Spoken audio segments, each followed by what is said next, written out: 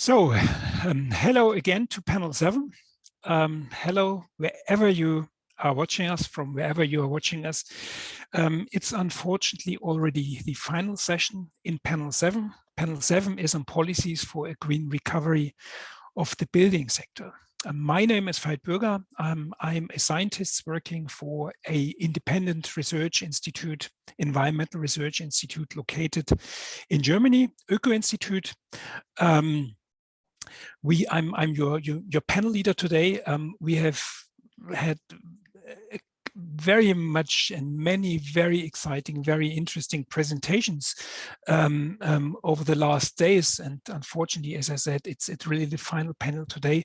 Today, we again have three very exciting presentations, very exciting input. We have one about the relationship between climate emergency on the local level, so the declaration of climate emergency on the local level, and local community activity. We have another one, how to nudge the owner-occupier sector it's from the UK, and a third one, which is about tackling fuel poverty in Portugal. So a rather broad scope again today. If you have any questions to the panelists, please, I think you're quite used to that now in the meantime, please use the question and answer section in the Woover app. I will collect all your questions and put them forward to the panelists. That's a technical issue. And then we start right away. And with the first presentation, the first presentation is provided by Pippa Palmer. Pippa is working for the London South Bank University. And Pippa, in the beginning, she said she's a scientist by accident, which is quite funny. But she's talking about ghosts and gaps, enabling local rapid change solutions to the climate emergency. And I'm looking forward to your presentation, Pippa. You have the floor. Hello, I'm Pippa Palmer, and I'm presenting research conducted under the newly formed BISRIA LSBU Net Zero Building Centre. And today I'm talking about enabling local rapid change solutions to the climate emergency. In 2019, the UK Parliament declared a binding target of net zero by 2050. And since then, 2/3 of local authorities and city regions have declared their own climate emergencies, and many are aiming for net zero by 2030. This paper looks in particular at retrofit within the local authority context. And by way of background, buildings still account for around 70% of UK greenhouse gas emissions, and decarbonising the domestic stock is seen to be one of the most challenging policy and technical issues we face. The current rate of renovation will have to increase by 9 times in England, 7 in devolved nations. And according to the CITB, the level of active planning and direction required is unprecedented in peacetime. Retrofit's already falling behind other sectors, such as transport, in terms of decarbonisation. There's an asymmetry between government and local authority targets and timelines and policies. More than any other EU contemporary, the UK remains almost wholly reliant on methane gas for domestic heat, and yet national level decisions around the future of that gas grid are not being made quickly enough for local authorities to act. So with this in mind, and as researchers working with local authorities to achieve rapid change solutions, we sought to answer 3 key questions. What role does local government have in delivering retrofit at scale? What gaps exist in creating an enabling environment and policy roadmap to get to 2030? And what is needed to align other stakeholders? Our research started with the principles in the CEREB framework, and this is a programme design methodology developed by my co-author and colleague, Dr. Aaron Gillick. And the CEREB framework identifies 5 critical pillars for delivering optimal retrofit programmes. And for this research, we're interrogating pillar 1, which is around programme design and market formation. We conducted interviews with 10 subjects working in organisations who deliver building services at a design and delivery level. And we use retrofit as an emergent revenue stream, as a springboard into wider topics as to how they view the market and what they saw as the lay of the land.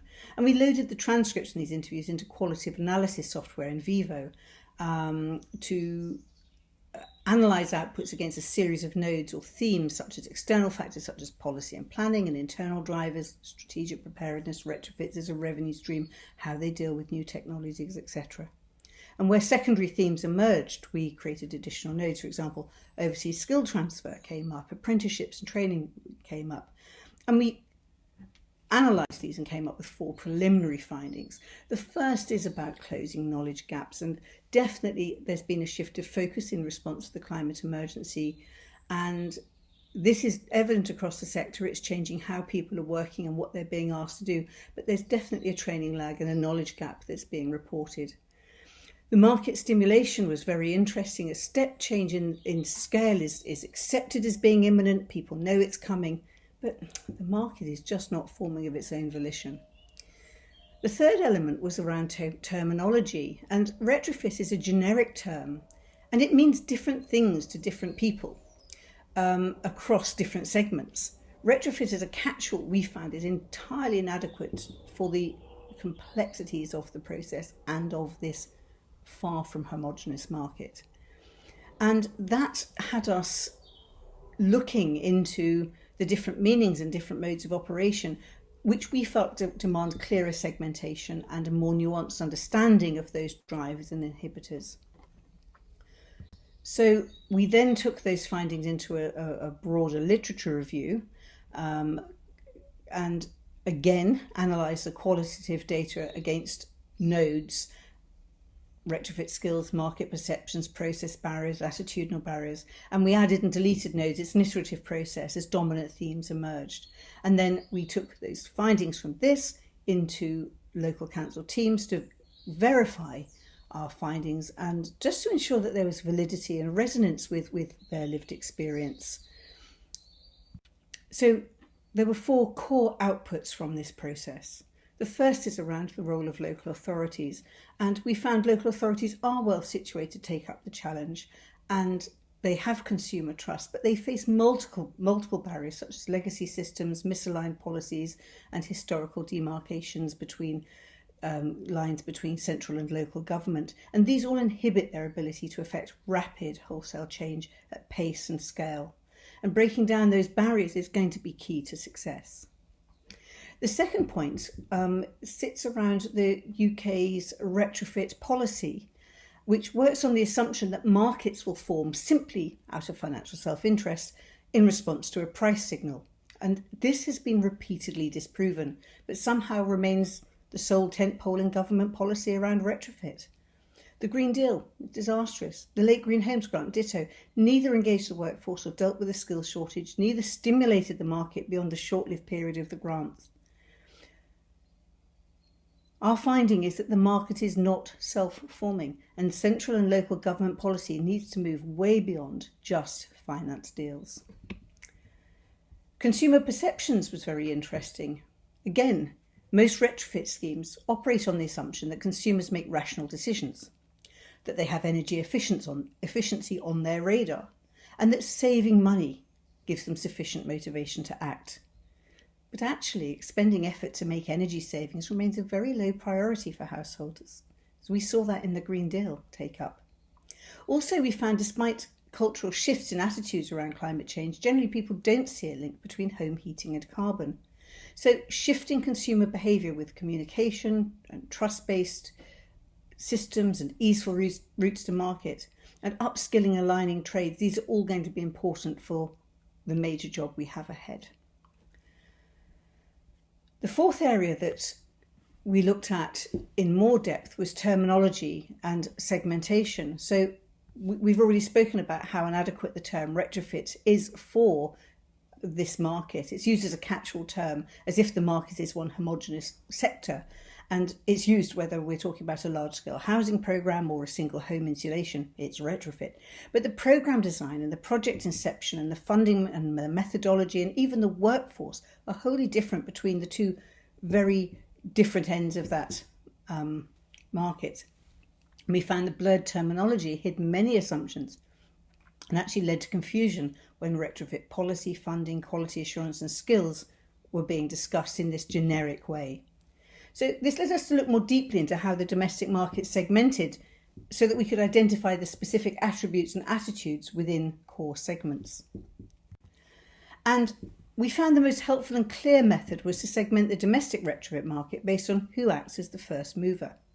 That is, whoever takes responsibility for and instigates the retrofit process within that market segment. We identified two very distinct segments, where the first mover is an organisation, such as social landlords or local authorities, one, and where the first mover is a private landlord or owner-occupier in the other, so the individuals. So where the social landlord or local authority is the first mover, there are clear pathways and channels to market, as well as supporting policies and funding mechanisms, and these drive the retrofit programmes.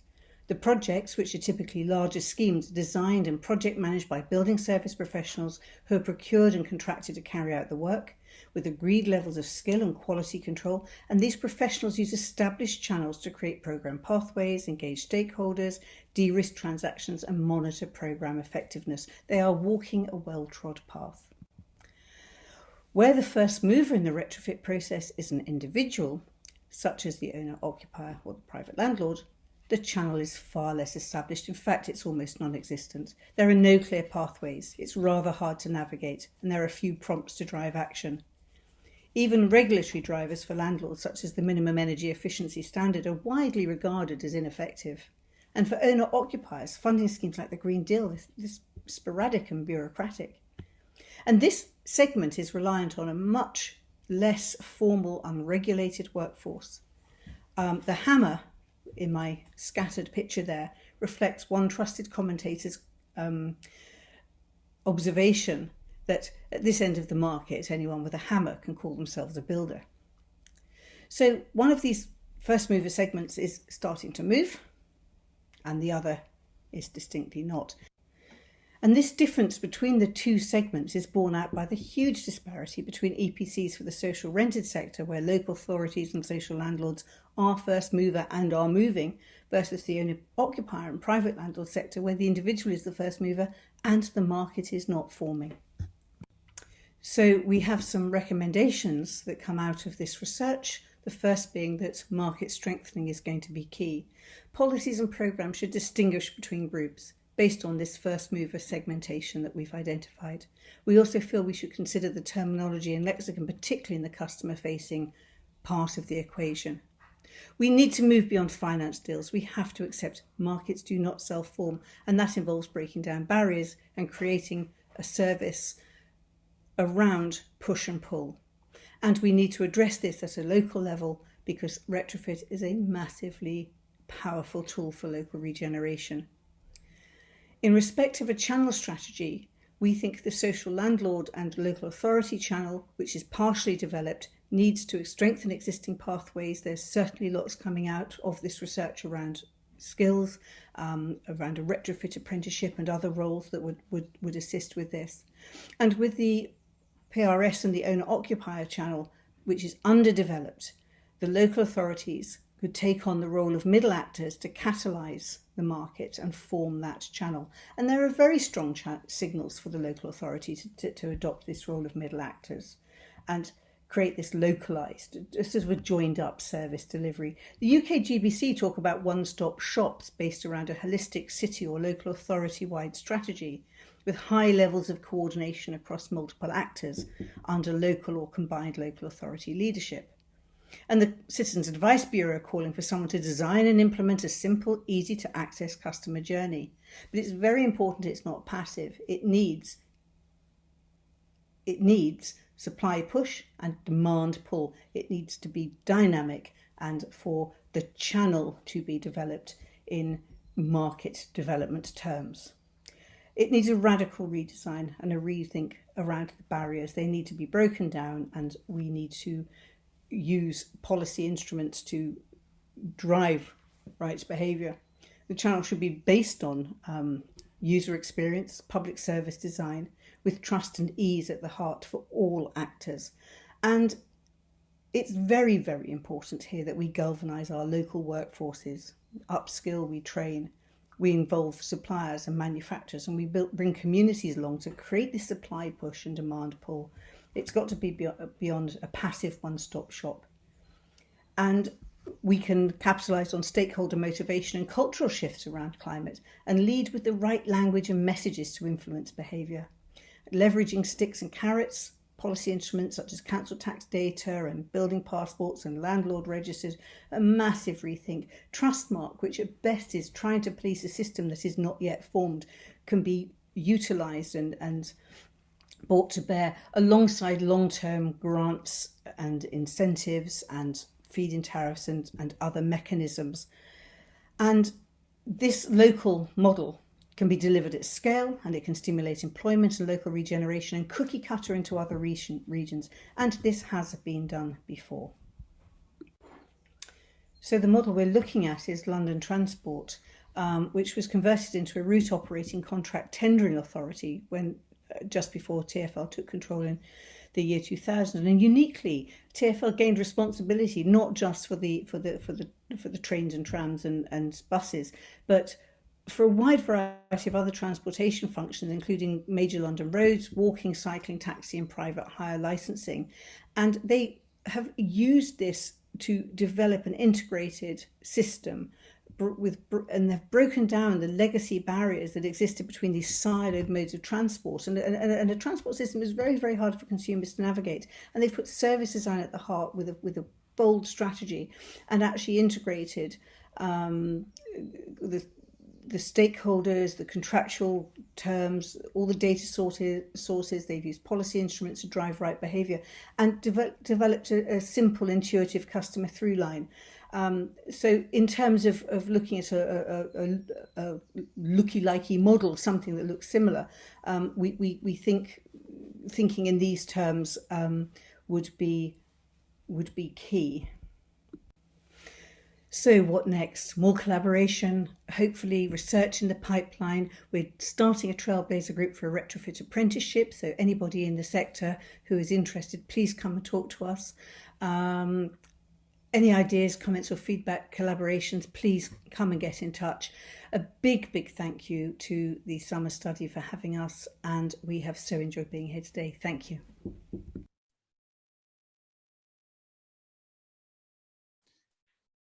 Thank you, Pippa, very much for this very interesting introduction, a very interesting presentation. Reading your paper, I really learned a lot, and I thank you. Thanks for this very good analysis between this relationship between this national policy level and the local needs and local level, and also the weakness which derives from this relationship. So we have a first question. If the market won't form of its own volition, what are the recommended best practices to get it moving? Well, we think from the research that we've done is that looking at it in terms of a channel strategy, if you think about organizations that have a vested interest in bringing goods to market, such as Amazon is the best channel strategy that people can identify with, where they basically smashed all the barriers and streamlined and have galvanized stakeholders, to streamline them through a process and bypass, say, the high street. We no longer have to get into our cars or walk to a shop and get something. We just press a button and boom, someone delivers it. So that reforming of the market in that way and looking at it in terms of channel strategy is key. But the thing about a channel strategy is it needs an owner. And so that is very key for us, is that because retrofit is also localized, there are very different stocks and very different local conditions, that we feel that each authority or cluster of authorities should become the owner and then start to develop a really entrepreneurial channel strategy that drives that market forward. And that would be for the benefit of everybody. So the local authorities becoming the channel owner and acting, becoming the middle actor who creates that, we think is going to be quite key, as well as a massive amount of barrier moving. Thank you. Yeah, you also talked about the problem of the challenge to address owner-occupier properties. And I think there's a strong link to John's presentation, which will come later. There's the question: do we need regulation over owner-occupier properties to reach minimum energy efficiency standards in the same way as rental properties? Yes, and I would hope a little bit better, because the MEES is actually not really that effective if it's not enforced. And one of the mechanisms that we could look at in very much the same way as that say, for example, that I use the TfL, the London Transport model, where number plate recognition is used to regulate the congestion charge, for example. We have in the UK a register of properties under our council tax, and we know that we could actually start to bring in building passports. There's been some very good sort of starter trials with building passports and regulating that so the people have this plan in mind and they know what's expected of them, and then using the trigger points. The Citizens Advice Bureau talk a lot about trigger points and how those can be leveraged. What we have at the moment is a very passive process, and we need to bring in the combination of enabling and the regulation to drive right behavior. It's a cultural shift as well as a policy shift. Okay. From our audience, we have one remark which which I really would like to share. It's about the you talk about the sorry, I'm losing my voice. Sorry again. You talk about this terminology problem or terminology issue, and being a non-native speaker, which I think is quite obvious. And we also struggle with, do we use, when we write English text, do we use retrofit, refurbishment? So these kind of questions. So we have one comment which says, I never liked retrofit. I prefer renovation. For me, renovation would be something which is also when I paint only the outer walls. That would be for me renovation. For that reason, normally we use refurbishing, but I think that's really an issue that I don't know whether it should be solved, but we should somehow use similar terms when we talk about simulation. Yes. So what's your preference? My preference, I don't think it's I'm in a position to tell the industry what to call itself or what to call its processes, but I certainly know that retrofit comes under RMI, repairs, maintenance, and improvement. It also gets talked about, it doesn't matter whether you're doing a one piece of double glazing or a massive housing estate. It doesn't matter if it's deep retrofit or shallow retrofit. There's all these terms. The one thing John Rowland, I love your comment because you've just preempted what I'm about to say, is actually in consumer-facing terms. The builder who I interviewed in one of my segments basically said, this is just a stupid term. It's not retrofitting. Who wants to retrofit anything? Who wants to go backwards? We're future-proofing. And so there's some language here and a whole lexicon. If we're going to bring consumers with us, we've got to stop talking in engineering terms. I don't even like the word heat pumps, but that's a whole nother conversation for another day. But actually, we've got to start thinking about how consumers perceive and their emotional engagement with this process. So future-proofing, particularly with resilience, particularly if you're going to try to get them to think about cooling, future-proofing your home is probably the most motivational thing I can think of. And so I would really love to have the advertising gurus come in and talk about this. We work with the Design Council to talk about what this means in consumer terms, and within the segment, what do we call it? I think it also should be called different things for individuals, for each first mover segment, because they are different market processes. I think that calls for more discussions and more cooperations between engineers and those who create language and it's so critical. Yeah. It's so critical. I think so. And I think actually it would be very presumptuous of me to sit here going, well, here's what you should call it. No one's going to do what I say, on a Friday afternoon. But I think we could bring the sector together to really have this as a very meaningful conversation amongst the stakeholders that create the lexicon and use that language. So something for the next summer study, maybe to have a competition finding the nicest term for retrofit. And I think it will be a series of terms. I think it's actually it is a series. It is a language that sits underneath it, addressing the various segments and issues. So John proposed home upgrade, which I like, but maybe they are even better. It must be positive. I think positive is key. I agree. Okay, thank you for the moment. we need to move forward, but we will see again in the end of the panel session. So the next presentation, and I have to apologize because I told you the wrong order in the beginning. So the next presentation is provided, it's from Portugal. It's provided by Ricardo Robles. Ricardo is a researcher at the Instituto Superior Técnico in Lisbon. When we met some minutes before the start of the session, he showed where he sitting in the moment, which is quite nice, sunny Portugal. And Ricardo is talking about tackling fuel poverty, an overview of Portugal's public policies and missed opportunities. Ricardo, you have the floor.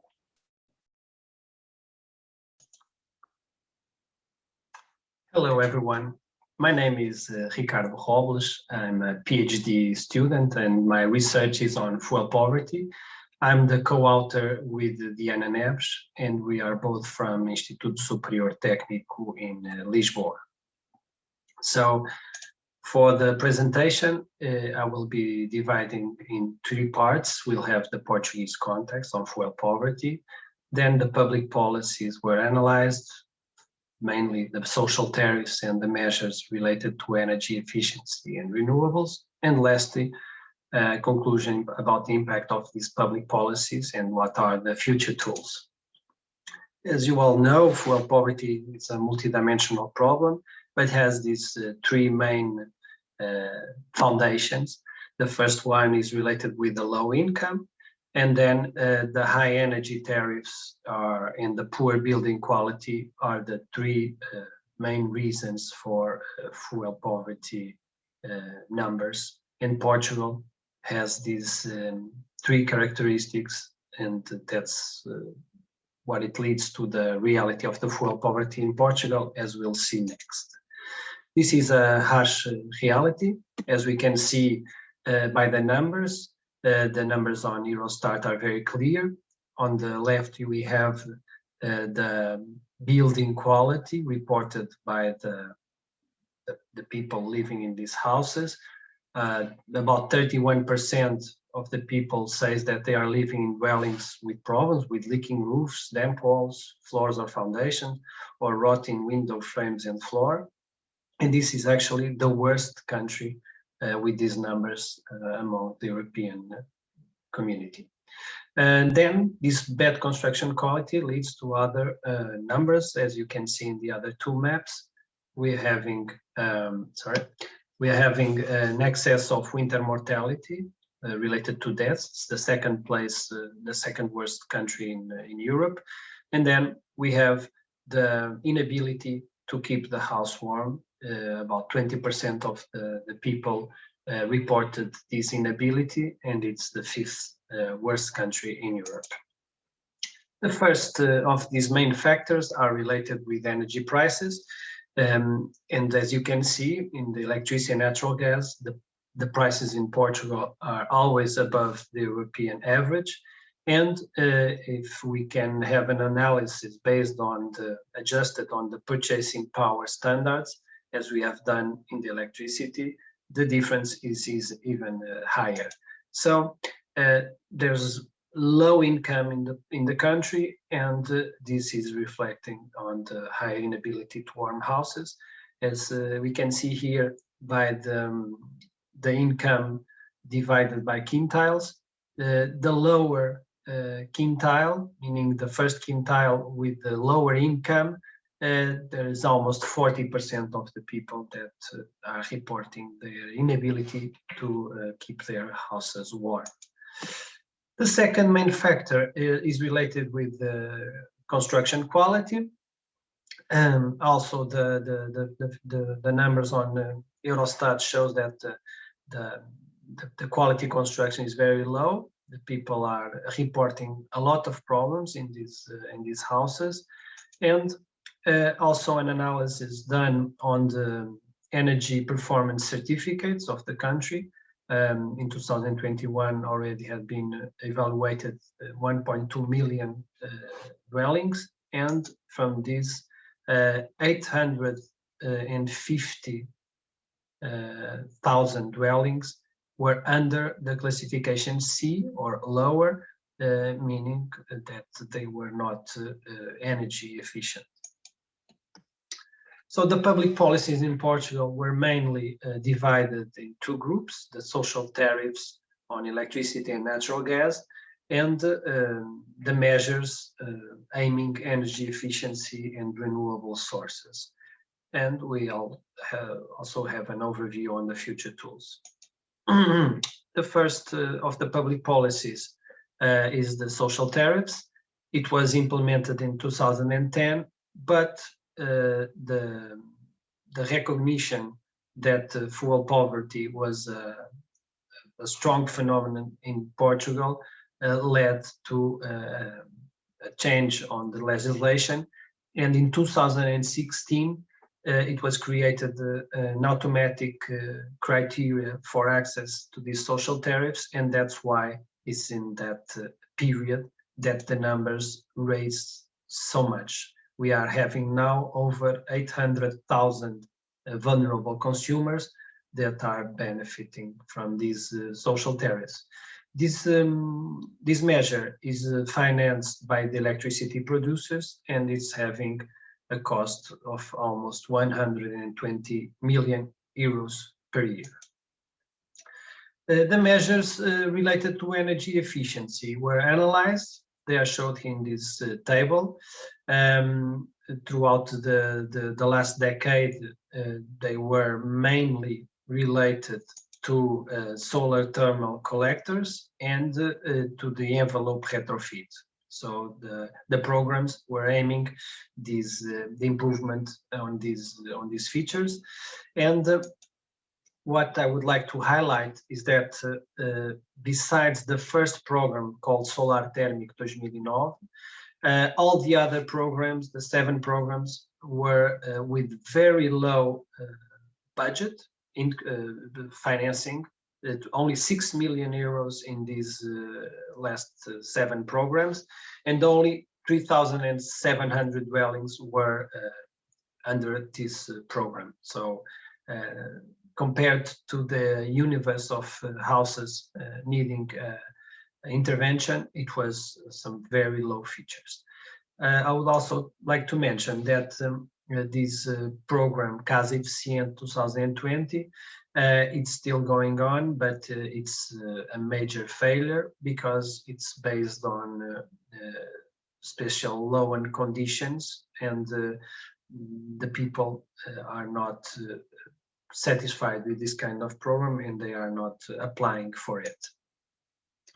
So there was the overall view is that there was very low investment, and the impact was also very low. It's important to report that we have approved a long-term strategy for building renovation according to the European directive, and this is a very ambitious plan. It's planning to invest 110,000 million euros. It means almost half of the Portuguese GDP until 2050. And it's a recognition that the building conditions are very low in Portugal, and that the retrofitting of these buildings is urgent for the country.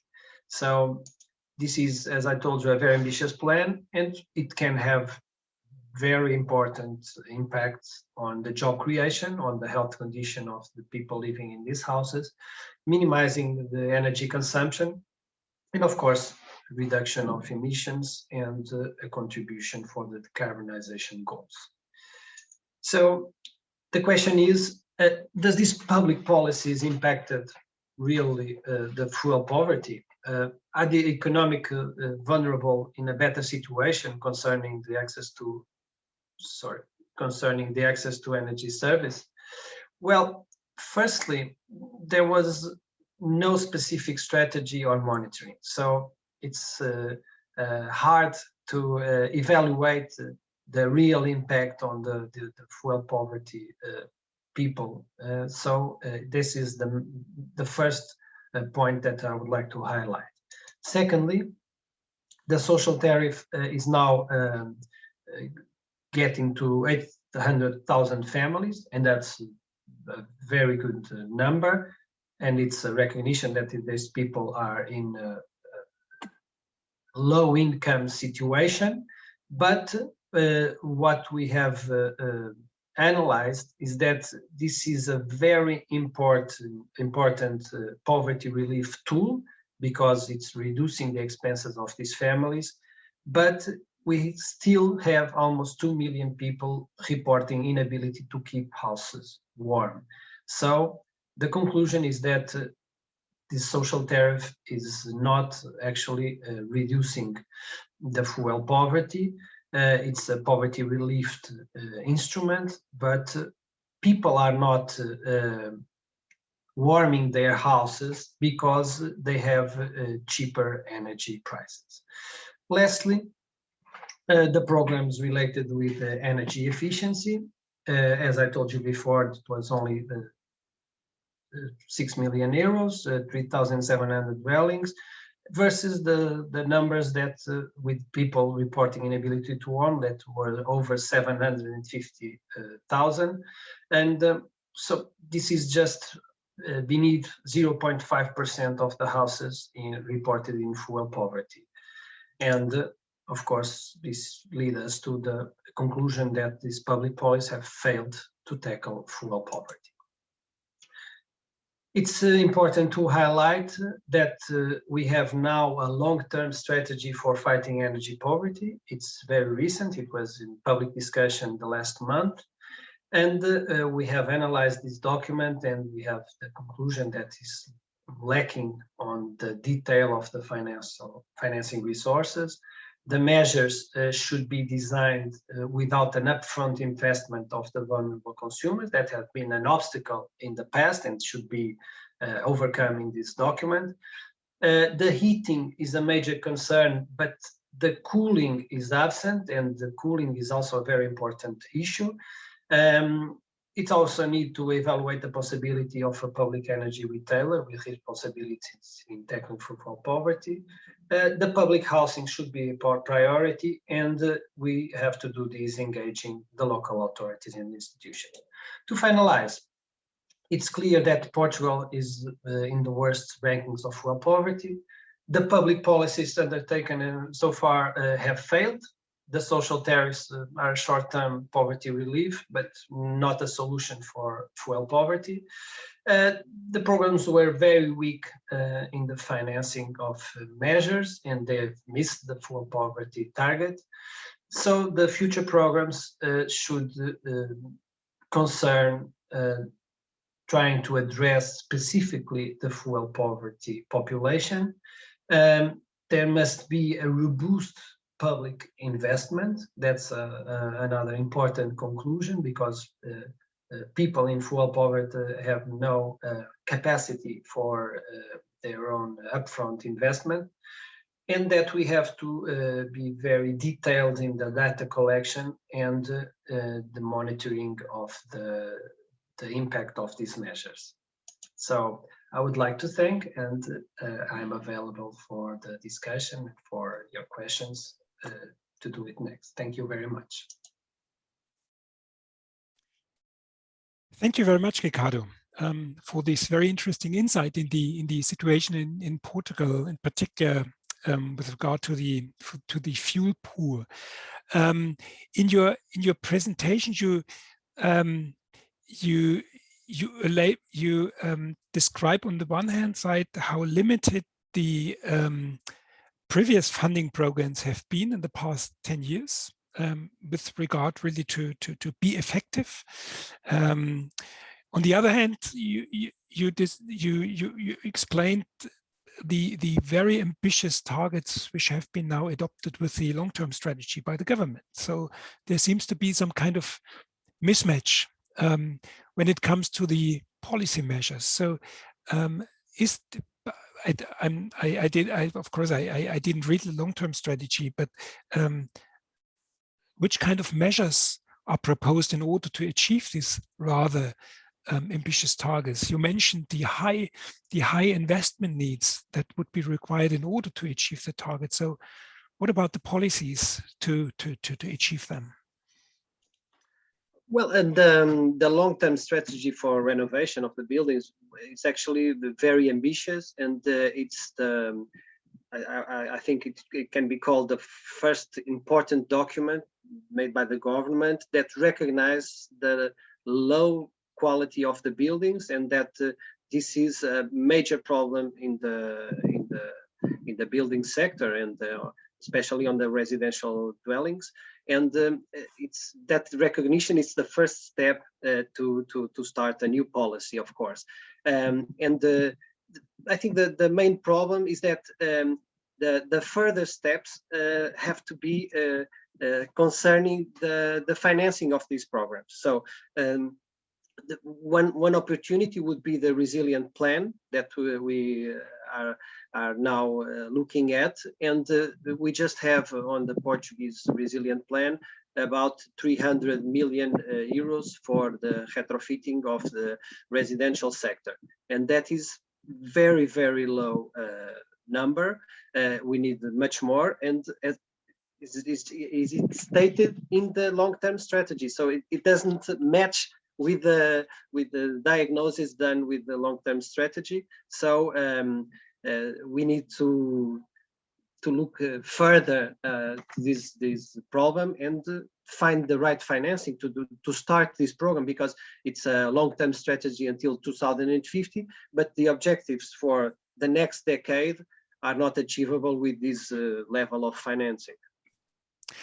Do you see any role the European policy framework could play in order to support Portugal in this regard? So when I talk about the European framework, I mean the Buildings Directive, Renewables Energy Directive, so all the different types of pieces of legislation that address the heating and the building sector. Well, I actually I'm very optimistic. And I think it's we are now living a context that is favorable to this change that we need. So when I look to the renovation wave commitment, for example, and in a broader way to the Green Deal, I look at it with that optimistical view that it's possible to start that change. But when we start reading the compromise, the national compromises, as the Portugal case, we don't actually see the connection between this ambition. But as Pippa stated in her previous presentation, I think the local authorities are starting to mobilize to this, especially in the renovation sector, and I think it's possible to face the post-pandemic economy with a strong play in the renovation sector, to bring the construction sector into the building up of the economy. I think that could be an important opportunity. Okay, thank you. One final question. You elaborate in your paper about the weakness of the existing funding programs, which provide soft loans or grants, but which require building owners, investors to have some own equity to put into the investment in order to get the support. And I think it's quite obvious that the fuel poor, that this is a huge barrier for them. So how could, from your point of view, how could funding programs funding programs be designed avoiding this requirement to bring a lot of own money into the project?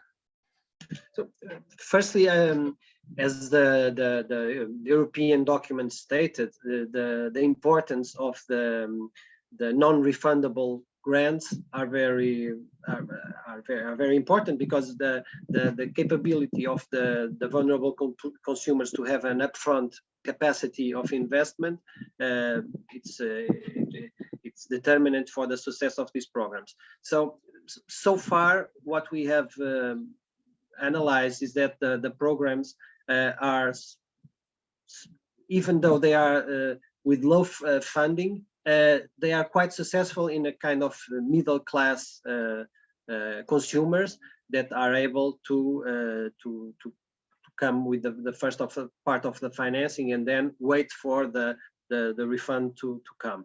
So I think we have an opportunity where we could start doing this, and it would be on the social housing, the public housing, because the landlord is public. Most of the times it's the local authorities, the municipalities, and what we have seen so far is that the fuel poverty has high rates in these communities. So it would be highly efficient that we could start by the public housing. It would be a good lab to start with this, monitoring, collecting data about it.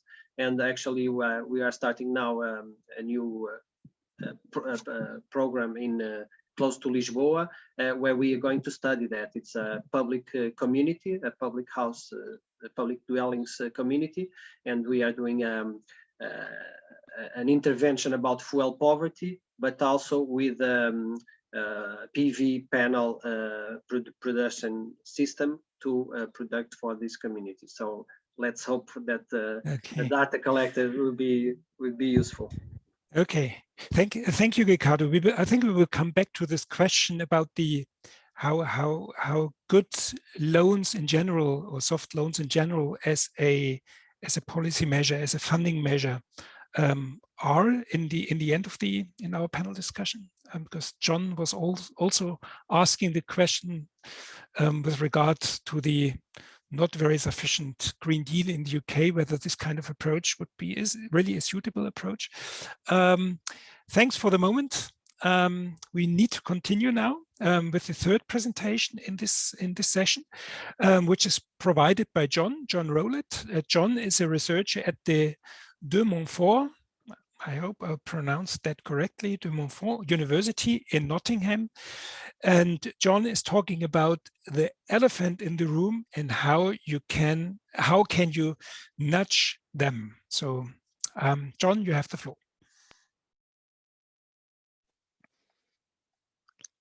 Good afternoon. This is an extended abstract around owner-occupier engagement into energy efficiency upgrades in the UK housing market. The original PhD question is, within one term, how can Parliament establish an ongoing retrofit programme to transition UK domestic homes to a low carbon emission scenario that is timely, just and equitable for all? The work has included a review of 143 different papers, consultations, reports, policies, regulations via the devolved UK government around Britain, and the work has been done with De Montfort University. As stated, we have a literature review first, then thematic analysis has occurred, breaking into 3 different sections, identifying key issues linked to each word, and then mapping as a system and understanding the network that's occurring. Risk analysis was undertaken, of course, to understand what may block this transition to low carbon housing, and areas of future research were identified from this. Initially, if we look at housing tenure in the UK, you will see that owner-occupiers are approximately 2/3 of the market. What is interesting, however, is that the amount of churn, the amount of people who move property within each section. So private renters, roughly speaking, a fifth every year, and then social renters, dramatically less than that, but owner-occupiers are the least likely to move home. And this is important because most times when people undertake renovation of a property, which may include energy efficiency, it is when they either move in or move out of a property. So how have we been addressing this so far? Well, in the last decade, the government has gone through many different policies, such as CERT, Eco, Green Deal, GDIF, Green Homes Grant, etc. And there have been others by region, of course, municipality, local, city-states, with particular lens on varying issues. For example, off-grid heating systems. The social and private rental sector, however, has some regulations, which is nice. As you all know, we have the Decent Home Standard and minimum energy efficiency standards, and the requirement for EPCs to be a C by 2028, where it is practical and value for money to do so. But the elephant in the room is, of course, the owner-occupier that is blatantly ignored because there is no current regulatory standards addressing them. So if we have a look at what's been happening with the quote most successful system, this was the energy company obligation. Primarily targeted at fuel poor, benefits recipients, elderly or hard to treat properties, as an idea, and fabric first approach predominantly again for insulation and predominantly free at point of delivery. They have been paid for by consumers' bills collected by the energy companies, and as such, we all pay a levy tax towards them. And the government has refreshed it from Eco 1 to Eco 2 to Eco 3 over time. However, there have been some concerns around value for money and clarity of decision making. So while the Clean Growth Strategy is committed to continue this sort of funding level till 2028, questions were asked around this, and this was identified as part of my literature review. For example, the Green Book on Policymaking demands smart objectives and review. So the government's own book on how you make a policy states you have to have smart objectives and you must review them. And yet Eco 3 was launched in 2018 without knowing the value for money and the impact of the delivery of Eco 2. And Caroline Lucas actually was on a environmental audit committee investigating these issues, and she questioned Simon Bittleston, who's an audit manager for the National Audit Office, around the install rate and value for money. And he stated the fact the government stopped recording this information in value terms since 2014. And while they themselves at the ONS pointed this out in 2016, nothing was done again. So when 2018, the Eco 3 was launched, it was done knowingly without having understood the value for money install ratio of Eco 2. And again, if the Clean Homes Grant and the Clean strategy moving forward has been valued at £640 million, and we don't know how things are being installed for value for money terms, you have to question what's actually happening. And as Caroline Lucas pointed out in a quote, it must be hard to derive new and effective policies when you don't know how well your existing ones do. So if we look at owner-occupier targeted schemes, however, instead, we actually have some really clear clarity as to what's happened. So in this particular case, roughly speaking, 1.15 million measures were installed over 8 years. They're not specifically target-oriented. Most were relatively short-lived. What we have here is a list on the left-hand side showing measures installed over time. And then, of course, as a period, you can see wildly different lengths of time that are occurring between what is potentially, a few months, relatively speaking, to almost 10 years. The only thing they actually have in common is the fact that they've all been scrapped or are due to be scrapped, with the RHI being removed in March next year and to be replaced with potentially a set value voucher of £4,000 funding, down from a maximum potential of circa £12,000. So if we look at this and we say nothing exists for owner-occupier measures, what is actually driving energy efficiency upgrades? Well, we identified that for the private renters and social renters, who did move quite a lot but had no agency, there were regulations in place to address this. But for the owner-occupier sector, nothing at all, even though they are 2/3 of the whole marketplace. In which case, delivering engagement strategy is vital if there's no regulatory compliance to enforce people to take action in this area. As such, there were roughly 3 different categories. There was the Green Homes Grant and GDIF, which are vouchers, Cert Eco LA Flex, which is essentially products being installed, and the Feed-in Tariff and RHI, which is financial incentives, as in a payment from the government doing something. They are all being delivered via small to medium enterprise, which are frankly profit driven to make a good profit for least effort, which may be philosophically incompatible, of course, with the end user desire. And the strategy, because they're businesses, was effectively to sell the product and to promote the government grant voucher scheme that may be applicable. So in the case of the Green Homes Grant, part payment towards costs, for example, Eco, providing it, quote, free or entitled because you've already paid for it as part of your taxes, and the owner-occupier specific Feed-in Tariff and RHI, buy the product, you pay for it, and you will most likely make a profit over time. And clearly this has had an impact, because when you compare the voucher, the lowest value potentially, to the feed-in tariff and the RHIs, the highest, they have a 10-to-1 ratio. So roughly 10 times more feed-in tariffs and RHIs were produced and provided than Green Homes Grant and GDIFs. The customer responds to the owner-occupier customer responds to money. It's quite clear. So this is, for example, the Ofgem's tariff list on feed-in for installations for the last 10 years. And you can see that when the government reduced the actual payment rate for the feed-in tariffs, the installations dropped. And then when they removed it, you can see, quite frankly, it's killed the industry. And approximately 85% of all MCS registered solar installers have gone out of business or no longer do so. So given the fact that we are no longer incentivizing the owner-occupier financially, how do we engage them? Well, currently, the government agrees the fact there is no strategy to engage or assist the public in transition. And the Climate Change Committee pointed this out, even though there's roughly a £60 billion a year cost to the UK economy to achieve this end result. And if we're not going to do that, and 64% of the market respond to financial measures, there may be a challenge. The government has the opinion that, yes, the CCC is correct. 62% of all emission reduction measures will involve some form of behaviour change by the public. The public, however, has a different opinion on their priorities, and the Climate Change Assembly, which was set up in the UK and run of normal, quote, people in the street, once educated and informed, they produced a list of 25 recommendations that they felt were the most important things that they would do and should be followed. And it turns out that they put their choice to compromise about changing their lifestyle as 23rd most important thing out of 25. So I feel there's a slight engagement gap going on here, and there's certainly a clear gap between the government expectations and people's reality.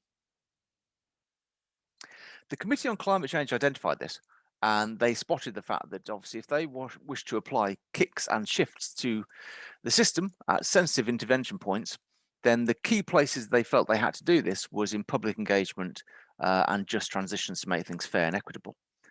They didn't feel that the technology and the capital flow issue of finance was the most important thing, in the sense that it could be solved. It wasn't something that was a challenge to know how to do it.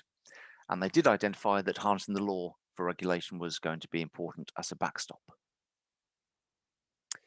So if we're going to get this owner-occupier elephant, to use the metaphor, to engage, then it will still need a reason to go, because anyone trying to make an elephant move will realize the elephant has to be motivated.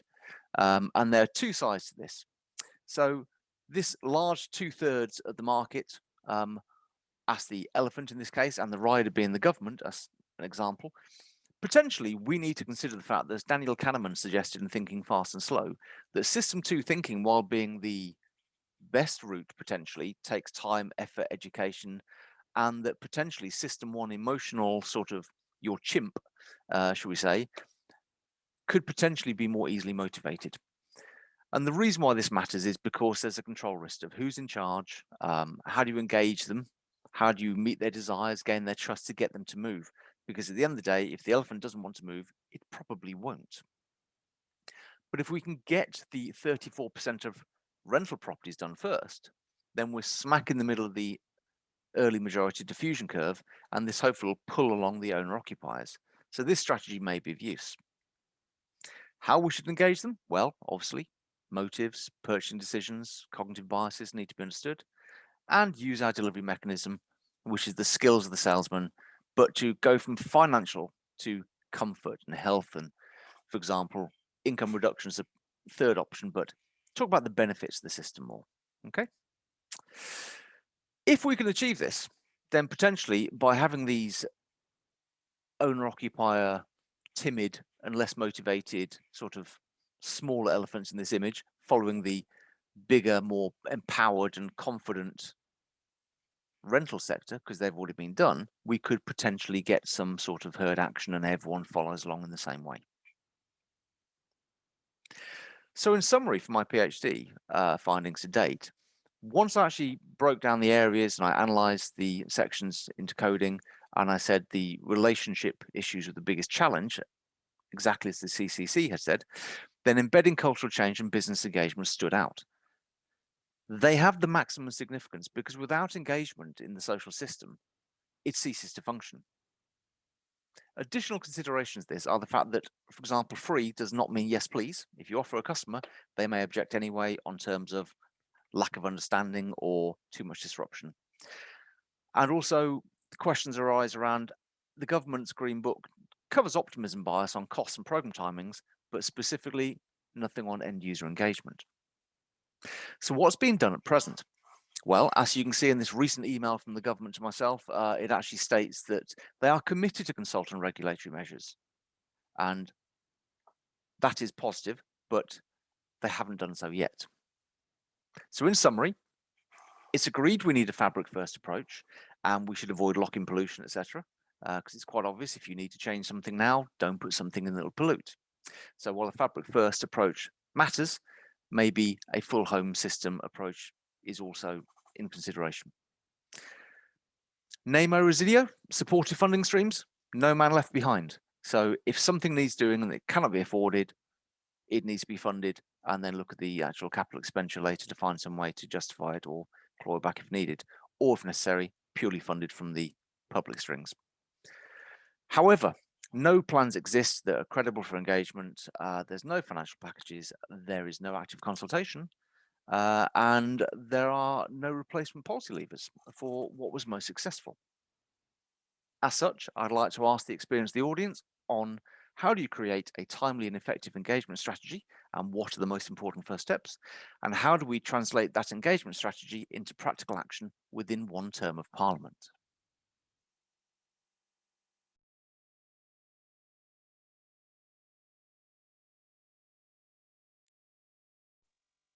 Thank you, John, for this interesting presentation. In the final slide, you formulated specific questions to our audience, so I would be happy to receive comments and questions. So I'm looking at the Woover app at the same time. I recognized again that you in the UK, you are really the world champions in creating abbreviations or acronyms for the different programs. You really get sometimes a bit confused when you do not work with them all the day. So I think you described very well the problem, and you described also very well the lacking political debate about, for instance, regulations. But when you talk about regulations, which kind of regulations do you have really in mind, or specifically in mind? Specifically in mind, I have in view picking up on what Pippa suggested, which is been a theme within this conference of digital building passports being built in. If you look at the Scottish system that went into place, Home Energy Scotland, it's quite practical, and Trustmark is trying to work towards this to create a digital platform with the data we already have that has the whole sales mechanism process laid out in front of the domestic customer to make it really easy to say, well, this is my house, this is what it is, this is what it needs. Potentially have EPCs change to show in use data rather than just snapshot data, and then have trusted suppliers recommended by the local councils that are third-party agencies. Therefore, there's no situation whereby you're asking somebody to trust the installer to have the retrofit coordinator, because there's a real conflict of interest going on. So to create this framework where the government recommends this has to happen, matching the MEES situation from the from the private rental sector to match that in timescales and delivery, with triggers of passport action when you buy and sell a property, for example, or date backstops.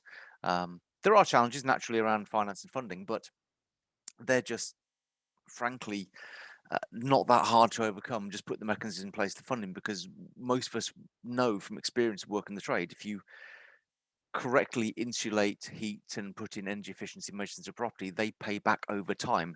That period may be slightly longer, but that's why the Scottish government have instituted interest-free loans to their citizens to do these over a 15-year term, to say, well, you've now got no excuse to do it, to not do it, because we're providing the mechanism for you to do it. Yet without the regulatory compliance requirement to do it, then there are a lot of people who won't because of fear of change or not understanding or don't want disruption or whatever else, you know. So we still need that, like that poke as well as the guidance. What's the barrier against that? So Pippa is asking, do you think the cultural principle in English man's home is his castle is an inhibitor to this type of legislation? Yes, we need to normalize the conversation around the fact that homes are, you know, on a path of upgrade that provides benefit. So if we look back historically over time in the UK, what have we had that's had the most impact in social marketing? I would suggest, for example, don't drink and drive, or clunk click every trip, wear seatbelts. You know, these sort of long-term drip fed public engagement strategies that, you know, have multiple facets and then culminate to a delivery of a positive message, and then saying we then have these role model examples of communities and houses within the community you can go and visit, speak to your energy advisor. Then there's a lot to cover, but the point being is, you know, there are model exemplars in place that exist that can be done, but you need to normalize the conversation. This is expected of you, rather than just, you know, you could if you felt like it. Because even if you give something away to somebody, doesn't mean they want it, which is a crazy situation. Even if they've got to do it, for example, change from an old boiler to, say, an air source heat pump, and you offer something free, I personally promise you, I guarantee you, that does not mean that they will accept that and want to do it, even if you gift it to people. Yeah, I think that's quite similar to other countries. There's a question from our audience. Is there an argument for moving to a public purse-led paradigm in the UK? And can this be justified in a post-COVID era, given the huge public expenditure pandemic response has entailed? Yes and yes. I mean, they're your two easy answers. I did a thought experiment a while ago with the principle of creating what I call, rather than the NHS, but the NZS, so the net, zero home service. So each municipality had basically its own, you know, community trust that had the same capability to raise funds and organise money, but with centralised government funding would be ideal.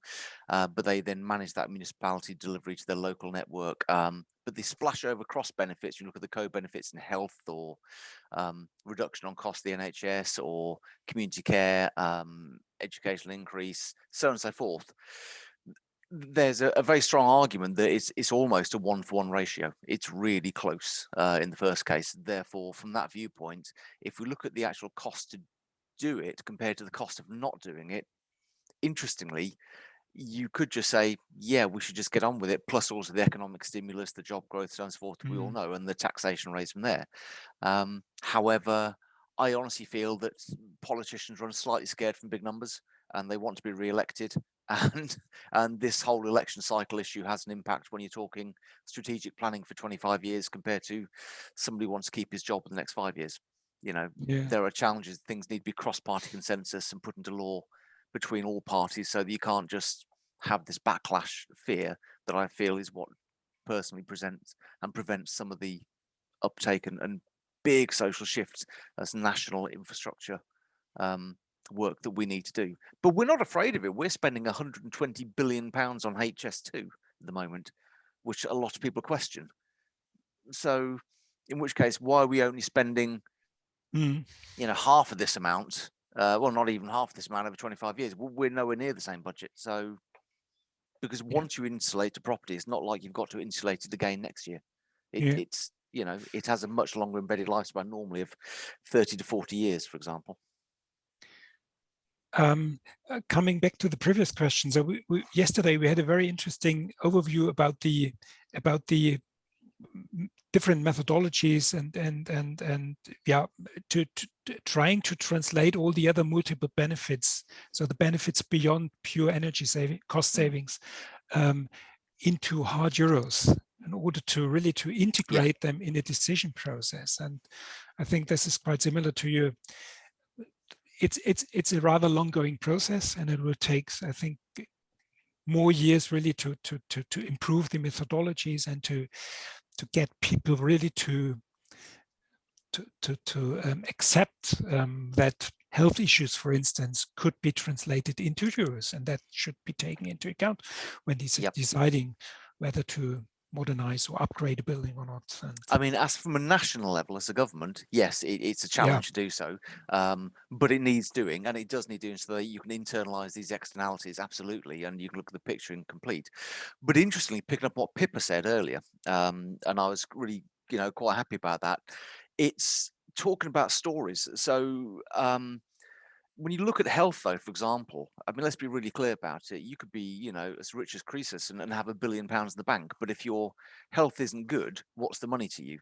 So when you look, for example, the issue that Ricardo was talking about excess winter deaths, I believe, was 24.9% as well. Then finding a way to engage people to stories to kind of say, well, look, if you do this, you get benefit and comfort, and there are health issues, so you can then have a good life, etc.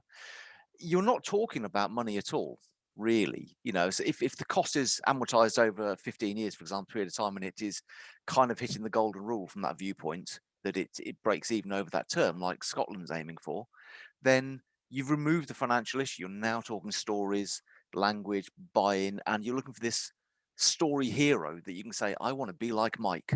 I want his lifestyle, and that's where I feel that the engagement with communities is going to come in much more so. So you need all the technocratic, socio-institutional and financial details all in the background. But let's be brutally honest. I've spent 30 years working with domestic customers in retail sales around energy efficiency and energy. That's what I've done. And I can tell you, 5% of people care about that. 95% of people care about what's in it for me, what I'll get out of it, how do I make it feel? And that's where Daniel Kahneman's concept of system one engagement to say, yes, I want to do something is really important. And the system two side of you justifies financially whether or not you do it. But it's the system one, the chimp, that says, yes, please, I want that ice cream. System two says, well, I suppose I can borrow the money to buy the ice cream. Yeah, or whatever. So thank you very much. Now I'd like to all other panelists, please switch on your cameras again, those that we can have some kind of final discussion here. I think also we had two examples from the UK, but I think it can be transferred to, or put it in other words, I think the situation is quite similar in many member states. And I think Pippa, you worked out, for instance, this this relationship between policy on the national level, which, and I think you both, John, Pippa, you both explained how they at least failed in some parts of the building sector, in some parts of the ownership, in particular the owner-occupied buildings. On the other hand, the role of the local communities really to get the thing running. So how can he? For me, it's always the question: how can, if we are convinced that many has to be done and has to be decided on the local level, how can governments create some kind of enabling framework to allow communities to do what they can do better than the central government can do? Well, if I can just jump in, there are quite a lot of historical legacy barriers between the powers of the local authority versus the powers of central government. And I think if we're looking at barriers, we need to have a thorough review of where those barriers lie and what the policy instruments are that need to be employed, and where those need to be rewritten in order to enable the local authorities to enact these policies. When London Transport took over from the previous Transport for London took over from the London Transport, and they took on the roads, and they took on the cycling, etc. They were given new policy instruments to do it. They need the mandate and the authority, but they also need the budget to do it. And if central government isn't going to actually see this as a national infrastructure project, and the big difference with a national infrastructure project is the metrics are different, the economics are different. They don't look for a penny back for a pound spent, a pound back for a pound spent. They look for the broader gains, societal gains, and the metrics are very, very different. But because it's about individual dwellings and we don't have a nationalized homes policy, they are very reluctant to look at it in the same way they might look at roads or as digital. I've got the road being dug up outside my house at the moment. In fact, I'm probably going to get a parking ticket because they're putting in cable. But there's a massive investment in that because they can see that the benefit of digitization is huge. But it's done on a totally different metric. It then becomes a private system where people buy, and consume as consumers, but it is an infrastructure project. No one is thinking about retrofit as an infrastructure project. That's got to be the first change. And then those policy instruments then get altered down the line. Okay. Can I just comment, right? Yeah, of course. Actually, people was talking about it, and I just recalled the experience of the city of Lisbon that some few years ago they recovered the management of the public transport system, and it worked quite good. Well, of course, there was a budget, a considerable budget transfer from the central government to the city, but the proximity of the municipality to the users, to the capacity to analyze what are the needs of the population, it worked quite well, and there was a very considerable increase of the quality of the transportation in the city. But concerning the fuel poverty and the energy issue that I have approached in my presentation, I think it's a quite important social issue, and the capacity to deal with the population and to be close to the population, especially a population that some of the times the literacy in the energy issues are quite low. You cannot solve the problems with a good website or a good mobile app or something like that, because sometimes I'm not saying that these people are internet excluded or something, but the approach might not be that. I think it might be with the local structures. The parishes in the Portuguese municipalities have an important role, mostly because they know the reality, and if they have the information about the programs, they can play an important role. Actually, the new strategy for fighting energy poverty that it's just about to be approved, it was in a public consultancy the last month of May. It has a highlight on the need of having these local specialists that can be able to talk to the community, and knowing the detailed problems of these communities to approach them with solutions and knowledge for them to apply and to go for these programs. Yes. Can I pick up on that as well, please, if that's Yes, okay? of course. Really straightforward. There's another side of it that I'm quite concerned about. And potentially the role of the municipality, while they can be a third party that's a trusted source of information and so on and so forth for the end user, i.e. the householder, I would argue there's a role for them to be a competitive model against the SME, for example, in the UK. So, for example, a lot of the vouchers, the issue of you issue a voucher, you issue a grant towards it, all that happens is the SME simply put their price up to soak up the difference, to make a profit and rinse the market. And as such, the cost to the end user potentially, or the cost of the state certainly, can be a lot higher. So argumentatively, having the Trustmark framework, whereby you can have, for example, 3 local suppliers, that can meet these needs that are recommended, but also one of them may be the municipality itself as a delivery mechanism that says, so here is our quote for that exact same system, designed by us, specified by us, etc. And it's a not for profit per se, but or allows a reasonable set market to try and hold down. Because I can tell you again from personal experience, I guarantee you the fact that the voucher system in the UK just gets royally abused by small to medium enterprises, and therefore philosophically having a business strategy whereby the delivery agency is there to simply make a profit at the end of the day, and they are not motivated for the end results. Therefore, having a delivery mechanism that's motivated by an end result, not a profit, or maybe has bandings like you can make 20% margin, for example, or whatever is discussed.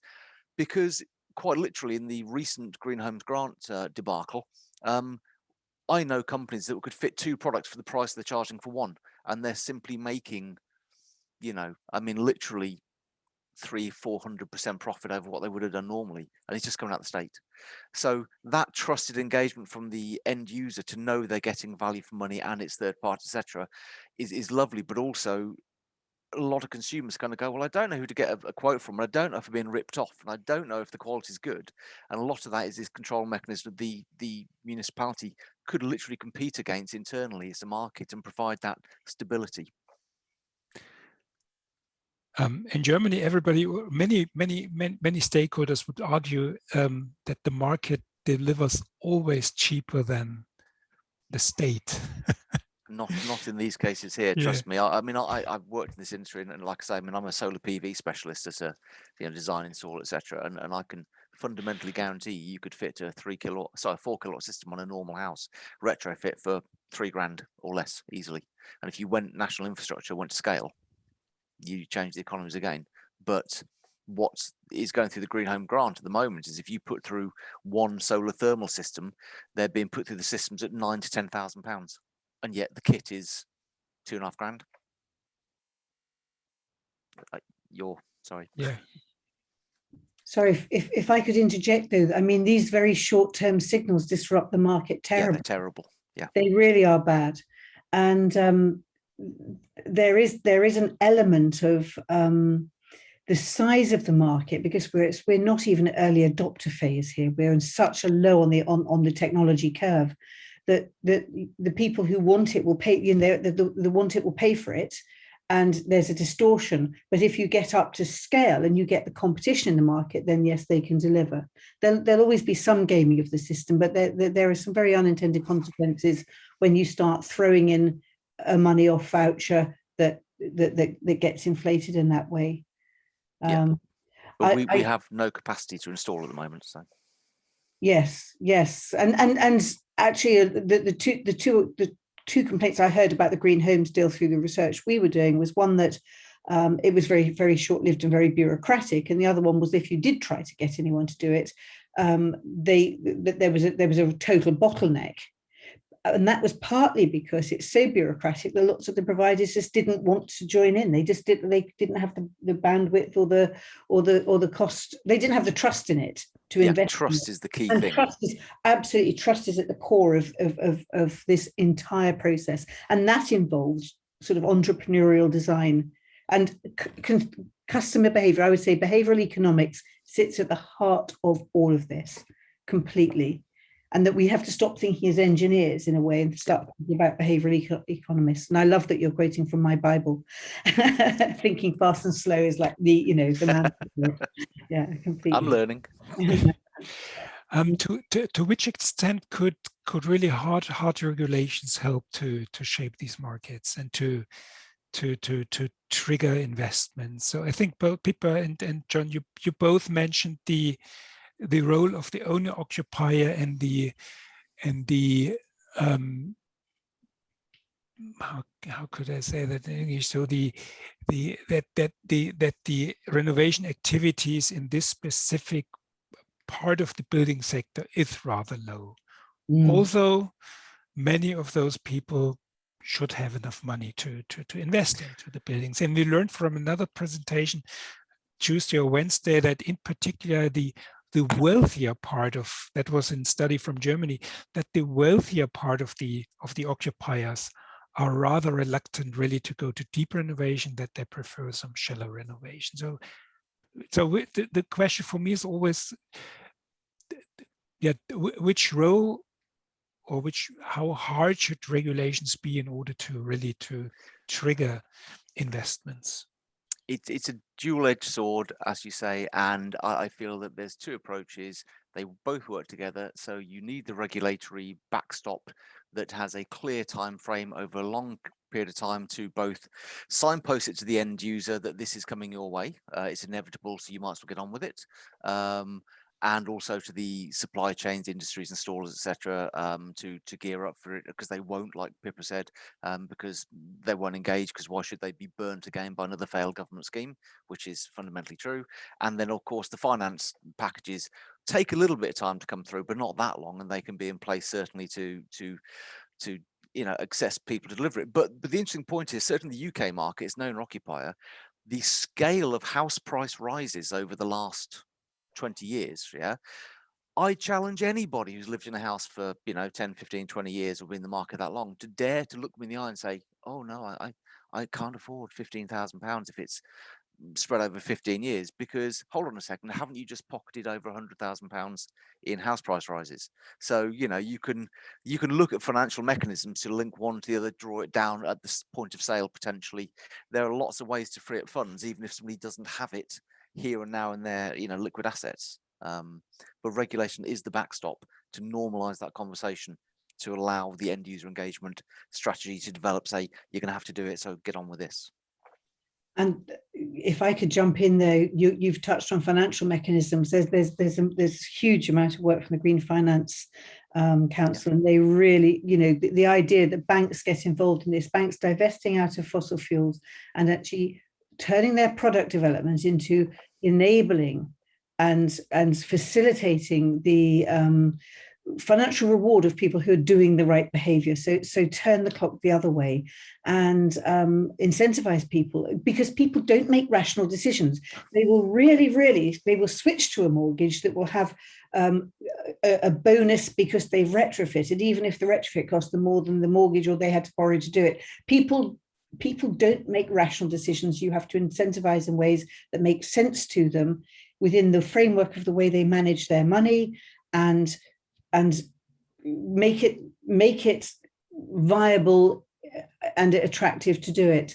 But I think the problem we have as well with retrofit as a conundrum is that there is no one size fits all. And even when you're talking about house price rises, that isn't true in Hull. It isn't true in Huddersfield. It isn't true necessarily in parts of Newcastle. So you can't say owner occupiers universally are able to pay. You notice that terminology is absent from my presentation. Able to pay makes lots of assumptions, but there is no one policy instrument that's going to make the difference. We have a faulty system that systemically needs to be dismantled and reconfigured to drive behavior. Yep, I'd agree with that. And like I say, it's weird though that people are talking about stories and titles of things. For example, you said you don't like air source heat pump as a heat pump. I talk to people. I genuinely talk to customers about their magic boxes on the wall. And they're going to go, well, what do you mean? I said, well, look, do you understand how this currently works? No. So why are you asking me how that works? All you need to do is turn the thermostat and be happy with your comfort level. But then we need to go down a pub and talk about this, because gas is a heuristic. Gas. I've actually listened to research where people are saying, oh, is it methane? I didn't know it was methane. We have so successfully sold gas as a heuristic, and they simply do not understand the whole complexity of the controls further upstream. All the work I've done in energy switching, people do not understand how the energy arrives at them. And that's why I don't engage that conversation. I literally say, does it matter? Do you know this? No, you don't. Okay, let's call it magic. Brilliant. And now let's just move on to what your benefits are. How do we meet those needs, and how do we go and exceed them for future proofing? And you park the whole conversation. And that's genuinely what happens. You risk it through language. It's absolutely key. It goes back a lot of it to language. Yep. So we really shift this discussion to the pub, because we need to close the session now, unfortunately. So thank you very much for this very interesting debate. In the end, for your very interesting presentations. I really enjoyed that. I really learned a lot. So thanks to all of you. Thanks to our audience again. And I need to make, I think I need to make the final announcement that at 2:15, so in about 15 minutes, there is this final session of the eceee virtual summer study, and where all the panels meet again, and where the conference is formally closed. I hope to see you all next summer. Now we know it will be summer at the Côte d'Azur and I think we all prefer to meet physically. So thanks again. Have a nice weekend, and see you next time. Thank you very much. Bye-bye. Okay, thank you very much. Bye-bye. Cheers. Thank Bye. you so much. Bye-bye.